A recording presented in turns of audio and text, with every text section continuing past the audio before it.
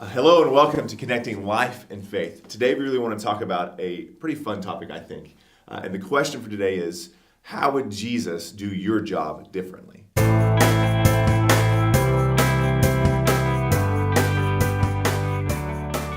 Obviously for us guys, how would Jesus do our job differently? I think he'd do it a lot better than we'd do it. Absolutely. Leading the church. But let's maybe for our listeners, our viewers here, how they would do how he would do their job differently. So the first thing that comes to your mind when you think Jesus in the workplace, what do you guys think of? Well, Joe is actually doing a series called Descending into Greatness right now.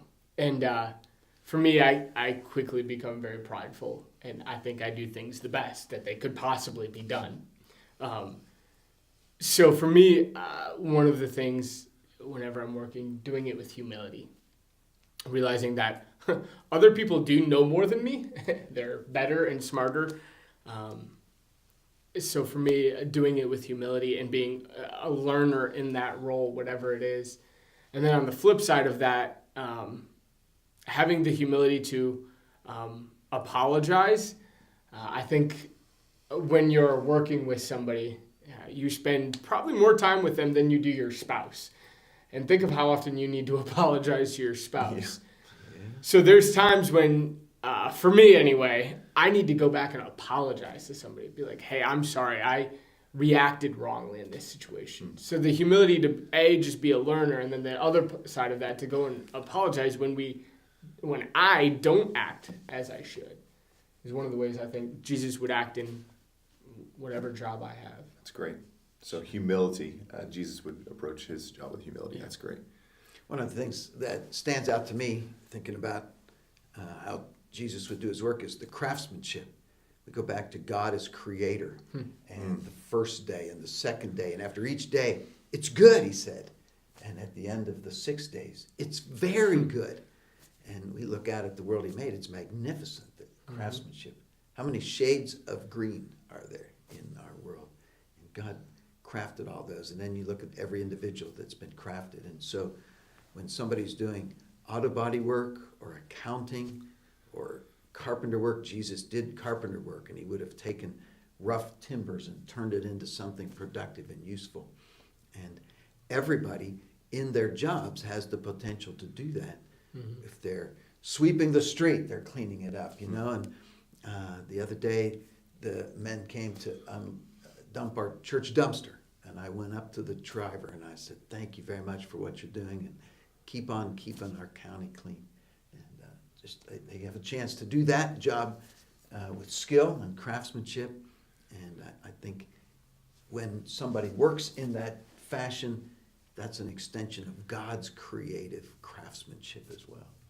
I love that. Something my dad used to tell me: if you're going to do a job, do it well or don't do it. I mean, I'm sure everyone's dad has said that to them sometime, but the craftsmanship, if you're accounting, you're the dumpster guy, whatever you're doing, do it with high quality. Sure, and I would have learned that from my dad, his thrill at creating something out of wood, and the thrill of building a house from start to finish, and being there to stake it out and dig the hole and pour the footing and walk away with a beautiful house and a satisfied customer.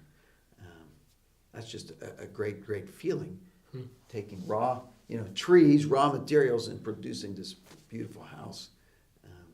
That's what God does. He does it with us, and he did it with his creation as well. That's great. Something I think about, Jesus did different people's jobs. I think the word headhunting in jobs, right, or trying to climb the ladder as fast as possible.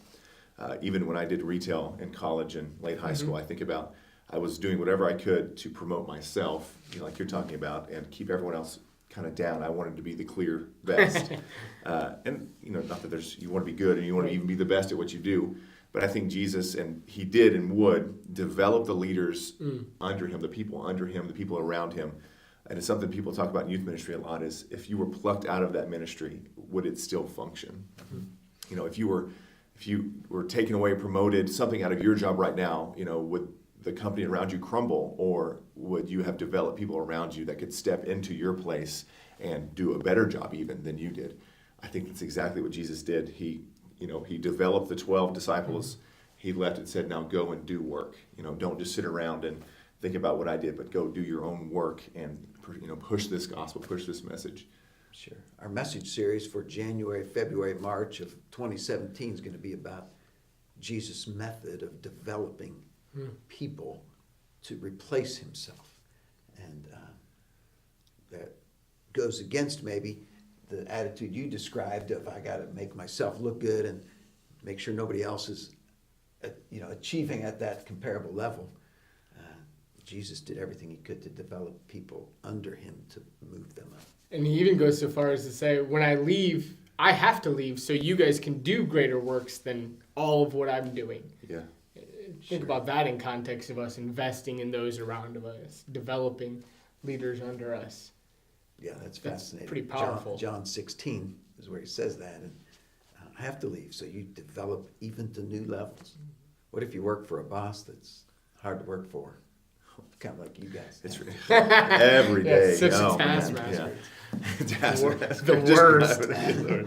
So, Gets his whip out. yeah. So how would Jesus respond to a tyrannical boss or whatever? Tyrannical boss. Yeah. Yeah. What would you say to that? Treating people well. I mean, I think it comes down to, again, humility. But at the same point, I think you work with what you have, but you also work to make yourself better. So at some point, you can leave. We live in a free country. They literally are not the tyrant over you. Okay. The thing about this, you're saying that you would grow and develop yourself. Yep. Take a night class, read a book. Mm-hmm. John Acuff's do over. Do over and And start both and of those are quitter. and quitter. Outstanding books on somebody that's stuck in a spot and needs to move beyond that. How do you grow yourself? I remember a couple presidential elections ago, and a guy spoke to the one who would become president. I've been working at McDonald's 6 years and I haven't had a raise. What are you going to do about it?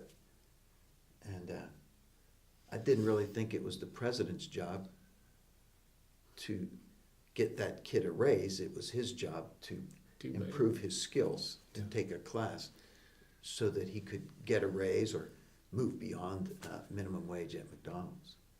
I think about Jesus' job when he was here wasn't easy. Like he was cast out of towns, he was pushed, he was ridiculed, and he was the change. Unless you're talking about, Sure. He wasn't waiting for everyone to fall in line. He was going out and doing what he thought was right. So that takes a little grit to buck up and make things happen in your own spot at work. But don't play the victim there. Make something happen. Yeah, and the reason we do work is because God worked. He is the creator. He did work well before us and designed us for that. When he put Adam in the garden, he said, go tend this. This is your job. Yeah. So we're created for this. So we're not created to sit on our couch. No, make something happen in the garden and turn this garden into something better than what you found. And go after it this week. Go after it.